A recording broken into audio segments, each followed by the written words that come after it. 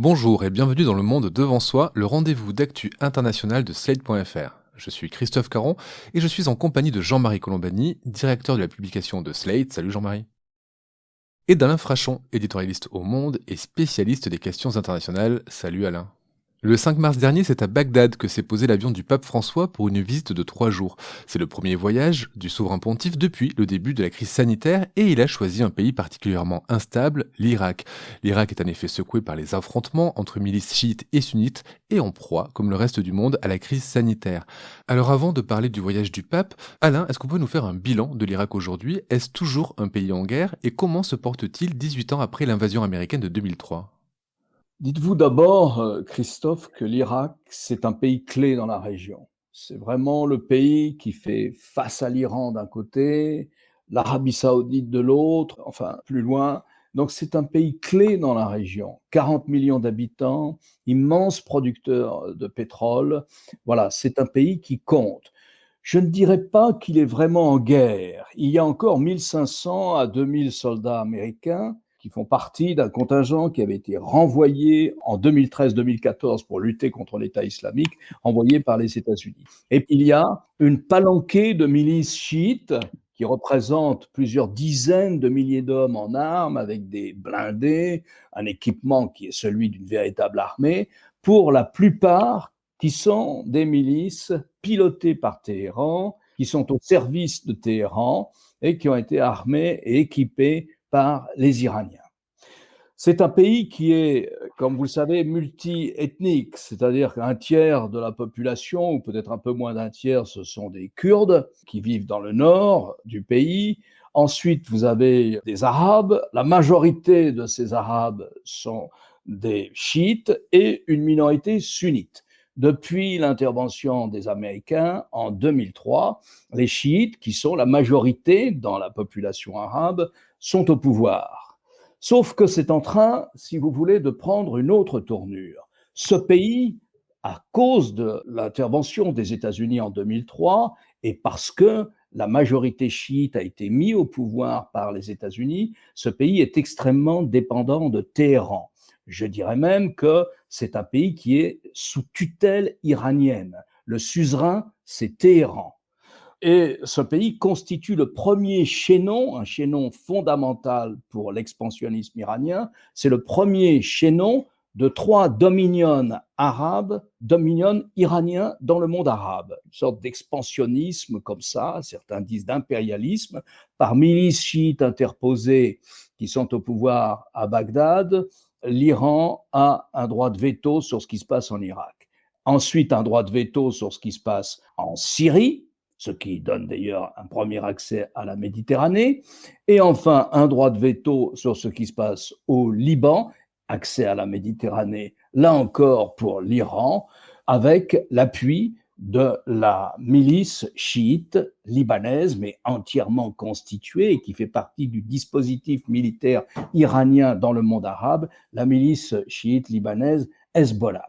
Le plus important de ces dominions, c'est l'Irak. Si l'Irak arrive à se dégager de la tutelle iranienne, c'est l'ensemble de ce croissant chiite qui pourrait commencer à se décomposer. Donc ce qui se passe en Irak en ce moment est très important. Comme l'Iran était sous sanctions économiques américaines, renouvelées par Trump, accentuées par Trump, l'Iran, de plus en plus, s'est payé sur la bête irakienne, si je puis parler vulgairement. C'est-à-dire que l'Iran a littéralement eu un comportement extraordinairement prédateur en Irak, grâce à ces milices chiites irakiennes à son service, qui ont prélevé systématiquement une partie du pétrole irakien et d'autres ressources pour les amener en Iran qui en avait besoin. Mais cela a suscité en 2019 et 2020 une révolte de la population, et notamment de la population chiite irakienne. Les Arabes irakiens d'Irak se sont révoltés. Ce qui fait que, à la suite de ce mouvement, est arrivé en ce moment au poste de Premier ministre en Irak un homme, Mustafa Al-Kazimi, qui veut reprendre son indépendance par rapport à l'Iran. Alors, il a été reçu à Téhéran, mais il a été reçu à Washington. où il a passé des contrats importants avec les États-Unis, notamment avec la compagnie General Electric, pour remettre le système électrique irakien en marche. Et il a été reçu en Europe, notamment à Paris. Et donc, on a un nouveau type de pouvoir en Irak. Il est certes chiite, M. Kazimi, mais il veut briser la tutelle que l'Iran exerce sur l'Irak. Et c'est peut-être le début d'un démantèlement de ce qu'on appelle ce croissant chiite au service de l'Iran dans le monde arabe, Irak, Syrie, Liban. Une des raisons officielles de la guerre initiée par les États-Unis, c'était l'établissement d'une démocratie et d'un état de droit à Bagdad. J'imagine qu'on allait encore très loin, non, Jean-Marie? Un souvenir très personnel, il y a eu, après le déclenchement de la guerre américaine en Irak, et vous vous souvenez du nom français, donc il y avait un schisme en Europe, il y avait d'un côté Paris-Berlin qui s'opposait à cette intervention, et de l'autre Londres, et le Portugal et l'Espagne qui au contraire la soutenaient, et donc pour essayer de raccommoder un petit peu les choses, Condoleezza Rice, qui était à l'époque le bras droit du président Bush, était venu en tournée, notamment en France et à Paris, et nous avions été 3 interlocuteurs de Condoleezza Rice, et nous lui avions expliqué, nous lui avions posé la question de savoir pourquoi est-ce qu'ils avaient conscience que la déstabilisation de l'Irak conduirait immanquablement à la satellisation de l'Irak par rapport à l'Iran, qui était pourtant désigné comme un rogue state, comme l'ennemi stratégique. Et ce qui m'avait frappé, et me frappe encore aujourd'hui, c'est qu'elle était restée sans réponse, mais sans réponse aucune, ce qui montre bien, pas seulement l'impréparation, mais l'absence de vision stratégique des États-Unis à l'époque, et qui illustrait parfaitement la vision au contraire de Jacques Chirac, qui considérait que c'était une sorte d'emboîtement de poupée russe, que de toucher à l'Irak, ça conduirait immanquablement à une chaîne qu'a parfaitement décrite aujourd'hui Alain Frachon dans les conséquences qui ont eu lieu. Alors ensuite, vous me posez la question de la démocratie. Je pense que tout ça est difficile compte tenu du fait, regardez ce qui se passe à Bagdad, c'est en dehors d'une zone ultra protégée, vous n'êtes pas en sécurité, il y a quand même des attentats tous les jours, il y a cette séparation chiite-sunnite, je vois mal que la démocratie puisse être confortée, même s'il y a des élections, même s'il y a un gouvernement issu de ces élections, ainsi de suite. Donc tout cela, je pense, est encore un champ de reconstruction, comme le reste du pays d'ailleurs. À propos du nom français à la guerre américaine en Irak, je vous conseille vivement, si vous ne l'avez pas déjà fait, d'écouter le discours de Dominique Villepin à l'ONU. C'était le 14 février 2003 et on peut le trouver sur YouTube.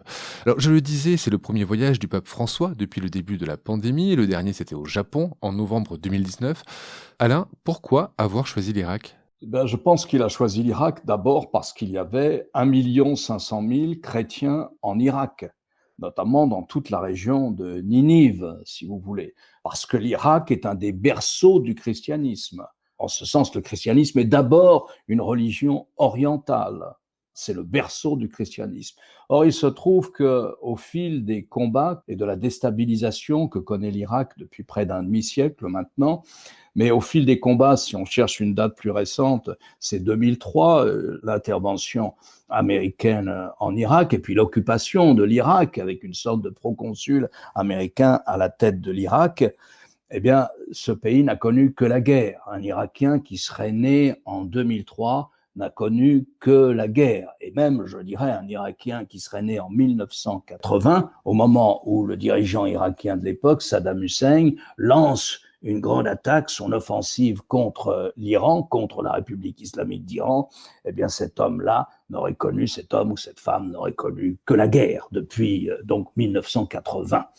Ensuite, il y a eu des embargos stupides votés par les Nations Unies contre l'Irak de Saddam Hussein, qui ont mis ce pays dans un état de misère qu'on a du mal à imaginer, puisqu'il possède sans doute les 2e réserves de pétrole du monde, que c'est un pays qui avait un vrai équilibre démographique. L'évolution démographique le préservait de surpopulation, par exemple, comme en Égypte ou ailleurs. C'est un pays qui avait une agriculture, c'est un pays qui avait des universités, des scientifiques, etc., même s'il était dirigé par un dictateur parmi les plus sanguinaires de la région, sinon le plus sanguinaire de la région. Donc je pense que le pape est venu en Irak, d'abord pour manifester, si vous voulez, sa préoccupation sur le sort des chrétiens d'Orient. Parce que les chrétiens d'Orient, au fil de ces 50 années de combat, ont souvent été les premières victimes. Elles ont été victimes de l'extrémisme sunnite, de l'État islamique, Daesh, qui s'est installé justement dans cette région de la plaine de Ninive, à Mossoul, dont l'État islamique va faire sa capitale en tout cas en Irak. Et les premières victimes ont été les yézidis d'abord, et puis ensuite les chrétiens, tout près. Aujourd'hui, il n'y a plus que 500 000 chrétiens en Irak. Et donc le pape est venu dire sa solidarité et leur dire il ne faut pas partir, il faut rester. Il a été appuyé en cela par le Premier ministre, par le chiite Kazimi. Il est appuyé aussi par d'autres minorités, l'Irak étant une sorte de spectre, comprend tout le spectre de la chrétienté d'Orient. Il n'y a pas que des catholiques romains, naturellement. Et donc, il est venu leur dire ça. Mais ce n'est pas seulement ça. Je crois que ça participe aussi de cette volonté du Premier ministre irakien et d'une partie des jeunes élites irakiennes de dégager leur pays de cette malédiction de la guerre, de cette malédiction de relations de suzeraineté avec la République islamique, enfin, de s'ouvrir sur un avenir qui ne soit pas celui de conflits interethniques ou de conflits avec la République islamique d'Iran, par exemple. C'est toutes ces raisons, je pense, qui font que le pape est venu et a tenu à venir dire sa solidarité avec les quelques 500 000 chrétiens qui restent encore en Irak. Ils étaient, n'oubliez pas, je vous redonne ce chiffre, ils étaient 1 500 000 en 2003. L'Irak, c'est aussi un lieu qui concentre les trois religions.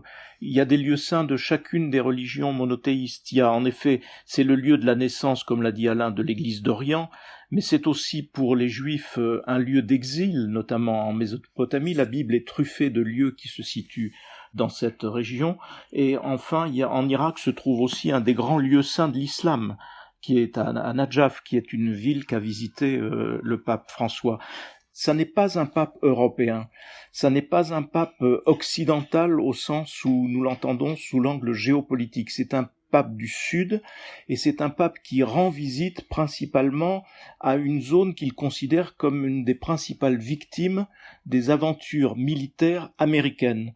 Et ça, c'est au cœur de sa pensée et de sa vision qu'il critique très souvent, et critique pas seulement sous l'angle militaire, il critique aussi sous l'angle, j'allais dire, du capitalisme et de l'écologie à travers la destruction, entre guillemets, d'un certain nombre d'éléments de l'économie de nos pays.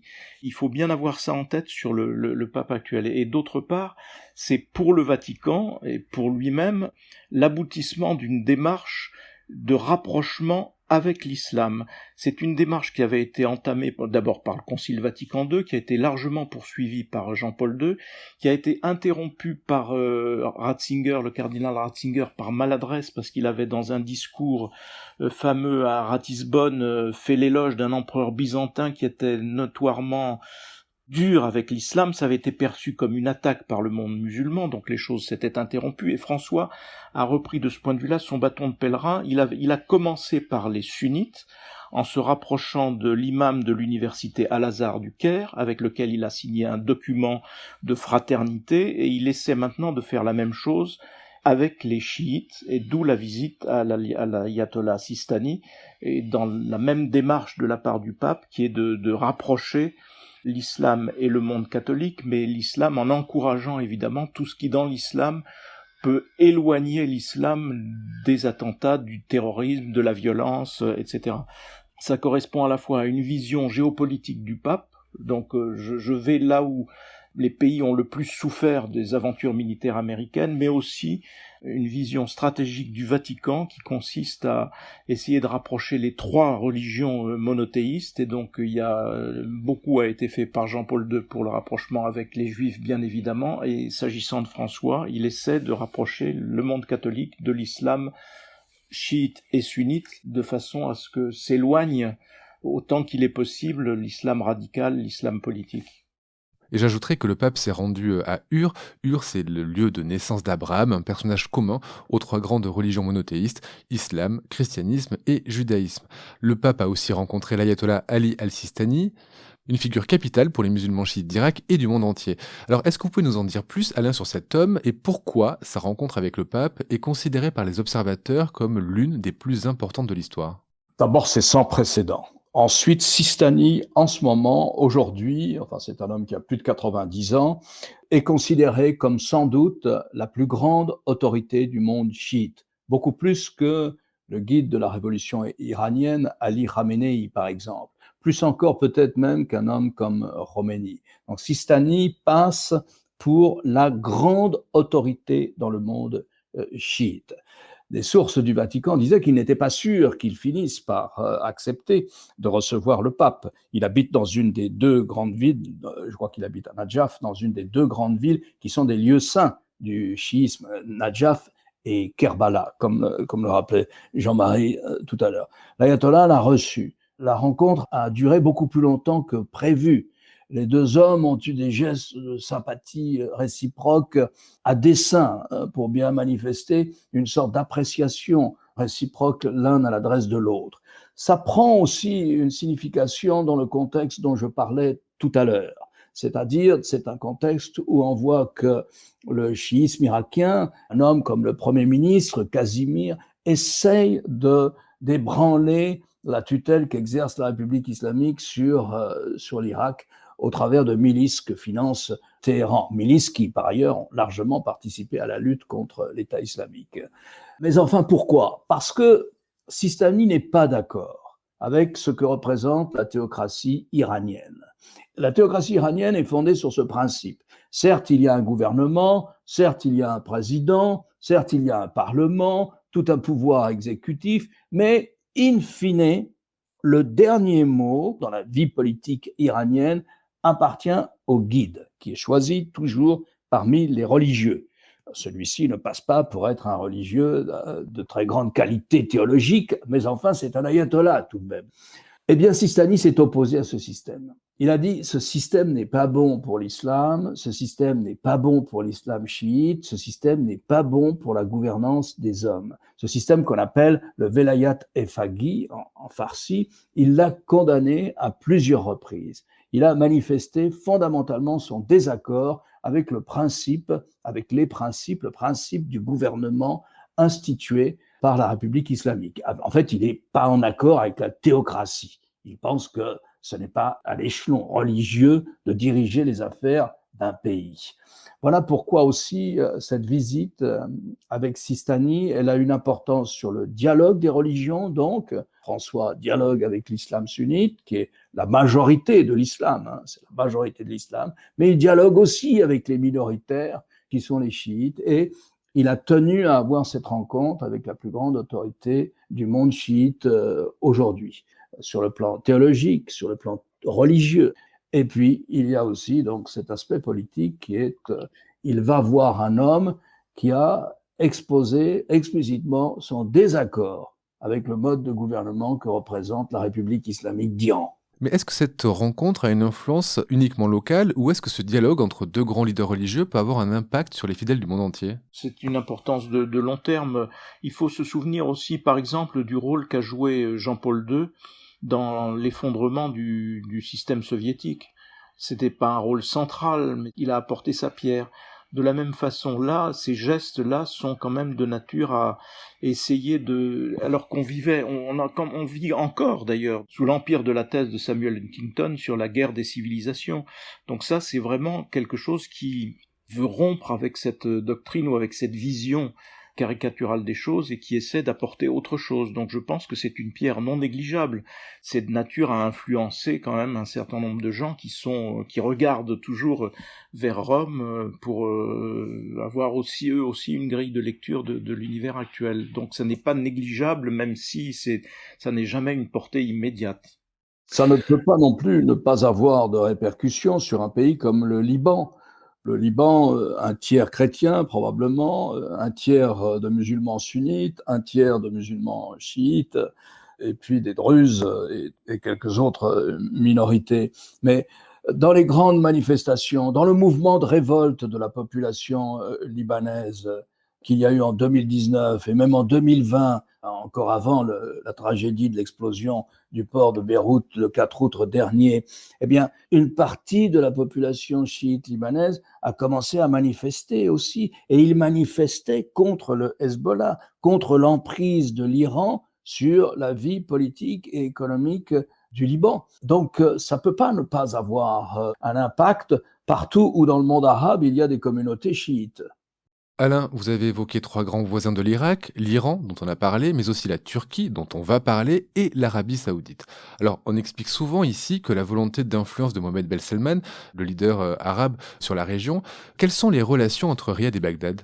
Alors, il y avait très peu de relations dans la mesure où, dans cette espèce de guerre froide qui s'installe dans le Moyen-Orient depuis une vingtaine d'années, vous avez d'un côté des pays arabes comme l'Arabie saoudite qui prend la tête du monde arabe opposé à l'expansionnisme iranien.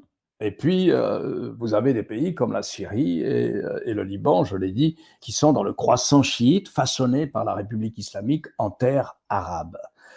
Donc naturellement, c'était plutôt, tant que l'Irak a eu des premiers ministres qui se soumettaient à la tutelle iranienne, qui n'osaient pas prendre une manière d'indépendance, comme essaye de le faire très subtilement d'ailleurs, avec beaucoup d'intelligence et de subtilité politique, le Premier ministre irakien de l'époque, c'est l'ancien chef des renseignements du pays, donc il connaît la mosaïque de forces politiques que représente, il connaît très bien la mosaïque de forces politiques que représente l'Irak. Mais justement, lui, dans la mesure où il a manifesté cette volonté, il intéresse l'Arabie saoudite. Et il y a quelques semaines, le ministre saoudien des Affaires étrangères s'est rendu à Bagdad. Il s'est rendu à Bagdad pour voir des possibilités d'assistance financière, des possibilités d'investissement. En vérité, ce dont rêve l'Arabie saoudite, ce serait d'attirer l'Irak dans cette ligne des accords d'Abraham, c'est-à-dire d'attirer l'Irak dans un front contre l'Iran. Je pense que le Premier ministre irakien ne fera pas ça. Il n'ira pas jusque-là parce qu'il sait que son voisin, et ça sera son voisin pour l'éternité, c'est l'Iran. Et il sait qu'il faut trouver un modus vivendi avec l'Iran. La géographie l'impose et l'histoire l'impose aussi. Donc voilà, je pense qu'il n'ira pas jusque-là. Mais néanmoins, il y a un rapprochement entre l'Irak et l'Arabie saoudite qui fait partie de cette volonté de Bagdad de se désengager de la tutelle de la République islamique d'Iran. Troisième voisin de l'Irak, la Turquie. Sur son blog du Monde, l'historien et spécialiste de la région Jean-Pierre Filiu évoque la possibilité d'une offensive turque dans le nord de l'Irak, offensive qui ciblerait les Kurdes. Alors est-ce qu'une telle opération est possible selon vous et quels en seraient les risques ? Il y a aussi la Syrie dans tout cela. La Syrie parce qu'on est au moment où on s'aperçoit que ça fait 10 ans de guerre en Syrie, et pour ceux qui s'en souviennent positivement, il y a eu évidemment il y a 10 ans la révolte du peuple syrien contre la famille Bachar el-Assad, dont Laurent Fabius nous avait promis qu'elle allait tomber, qui n'est non seulement pas tombée, mais qui est toujours présente, fortement présente. Les Russes, entre-temps, ont remplacé les Américains. C'est probablement aussi un des lieux les plus tragiques de l'histoire, avec 6 millions de réfugiés, notamment de gens qui sont au Liban, et notamment aussi de réfugiés en Turquie, puisque c'est un des éléments de la Turquie, de poids ou de poussée de la Turquie en direction ou de chantage même parfois en direction de l'Union européenne, parce que il ne garde ces réfugiés qu'à la condition que l'Union européenne finance ces camps de réfugiés, et plutôt que de laisser la voie ouverte à ces réfugiés vers l'Europe. Donc voilà, je pense qu'il fallait quand même rappeler cela, parce que c'est un des éléments clés aussi de la région. Et par ailleurs, pour le moment, personne n'a réussi à se prémunir contre ce qu'on peut appeler l'aventurisme d'Erdogan, qui rêvait de réinstaller une sorte de leadership dans toute la région, dans une large zone méditerranée, puisqu'il pousse ses avantages ou ses forces jusqu'en Libye, et pas seulement sur la frontière avec la Syrie, mais il y a aussi cet éternel, et avec l'Irak, cet éternel conflit avec les Kurdes, qui fait que ça c'est un sujet totalement intransigeant pour Erdogan, d'autant qu'il est allié avec l'extrême droite turque, qui est évidemment ultranationaliste, et que c'est un petit peu comme cela aussi qu'il tient son pouvoir, même si ce pouvoir aujourd'hui paraît commencer de se lézarder dès lors qu'il peut y avoir des élections ici ou là en Turquie. En Irak, Erdogan, pour prolonger ce que dit Jean-Marie, il a des comptes spécifiques à régler. Alors là, on rentre dans la question kurde régionale qui est assez compliquée. Mais les Kurdes de Turquie, qui sont regroupés dans le parti PKK, les Kurdes de Turquie sont, en ce qui concerne leur état-major et certains de leurs militants, sont réfugiés dans le nord de l'Irak, dans une montagne, enfin dans une série de montagnes qui s'appelle les monts de Kandil, qui dominent d'ailleurs, à partir desquels on redescend vers l'Euphrate et on peut aussi avoir accès au nord de la Syrie. Cette partie de l'Irak, elle est aux mains du Parti démocratique du Kurdistan d'Irak et elle a acquis son autonomie à partir des années 1990. Et c'est une région qui a son gouvernement autonome, son parlement, et qui est dominée par un parti qui est celui de la famille Barzani, le Parti démocratique du Kurdistan. Le Parti démocratique du Kurdistan qui entretient de très mauvaises relations avec le Parti des Kurdes de Syrie. C'est en général la malédiction des Kurdes de se diviser constamment. Donc les Kurdes, l'état-major des Kurdes de Turquie est réfugié là-haut dans cette montagne. Et c'est pour ça que l'armée turque qui bombarde régulièrement cette partie de l'Irak, où est réfugié l'état-major kurde de Turquie, voilà, c'est compliqué. C'est pour ça que Erdogan, espérant en finir avec ce parti, le PKK, envisage de lancer une très large opération aérienne et terrestre dans le nord de l'Irak. Je ne sais pas s'il ira jusqu'au bout, mais en tout cas, ça fait partie des possibilités. Merci à vous deux pour ces explications. Alain, on vous retrouve chaque jeudi dans Le Monde et cette semaine, on reste au Moyen-Orient puisque vous nous parlez d'Israël. Oui, je parle d'Israël et des États arabes pour rester juste, si vous voulez, pour avoir une sorte de marqueur, de repère pour dire que, au fond, sans qu'on s'en rende compte, sans qu'on l'annonce, mais on est sorti, et je ne pense pas qu'on reviendra là-dessus, on est sorti d'une conjoncture, d'une configuration stratégique au Proche-Orient où les États arabes étaient dans une situation de belligérance systématique, mécanique et structurelle à cause de la question palestinienne, donc dans une belligérance structurelle face à l'État d'Israël. C'est fini.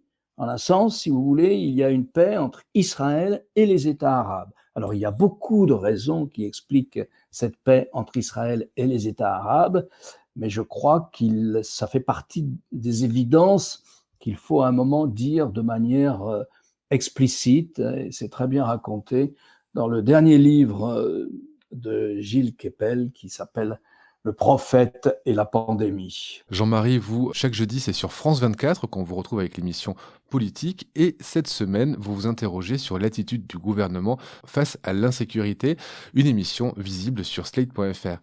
Merci Jean-Marie, merci Alain et on se retrouve la semaine prochaine pour un nouvel épisode du Monde devant soi. Merci Christophe. Au revoir Christophe.